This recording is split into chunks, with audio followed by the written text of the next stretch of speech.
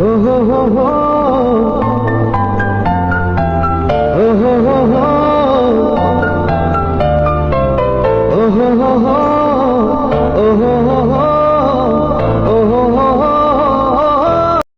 যে রিকশাওয়ালা ভাই, দ্রব্যমূল্যের দাম যে হারে বৃদ্ধি পাচ্ছে, আপনি কি ঠিকঠাক ভাবে 3 বেলা খেতে পারছেন? খাইতে পারি না মানে? রিক্সা চালায় আইফোন কিনা লাইছি, ডেইলি আমার ইনকাম 1500 থেকে 2000 টাকা। আমি তো গরু আর মুরগি ছাড়া ভাতই খাই না। আর জিনিসপত্রের দাম বাড়লে কি ইনকামও তো বাড়ছে। কিভাবে? কিভাবে আবার কি, আগে রাস্তার এই মাথার থেকে ওই মাথায় গেলে 20 টাকা লইতাম, এখন লই 40 টাকা। ইনকামও বাড়ছে, জিনিসপত্রের দামও বাড়ছে। আগে তো পান্তা ভাতও জুটতো না, এখন তো গরু ছাড়া ভাতই খাই না। ওই বেটা, তুই কি নেশা করছস? নেশা করে এসব কথা কইতাছস? আমি 20,000 টাকা চাকরি কইরা না পারি খাইতে, না পারি ঘর ভাড়া দিতে, জিনিসপত্রের খালি দাম আর দাম। হালার ঘরে হালা, তুমি চাকরি করতে যে কাম করো 7 ঘন্টা, তোমার কি বেতন দিব 2 লাখ? যোগ্যতা নাই, আবার দোষ দাও সরকারের। তার মানে কি আপনি বলতে চাচ্ছেন সবাই জব বাদ দিয়ে রিকশা চালাবে? অবশ্যই। আমি কি কইলাম? আমি তো গরু ছাড়া ভাতই খাই না। আমি সারাদিনে কাম করি 12 ঘন্টা।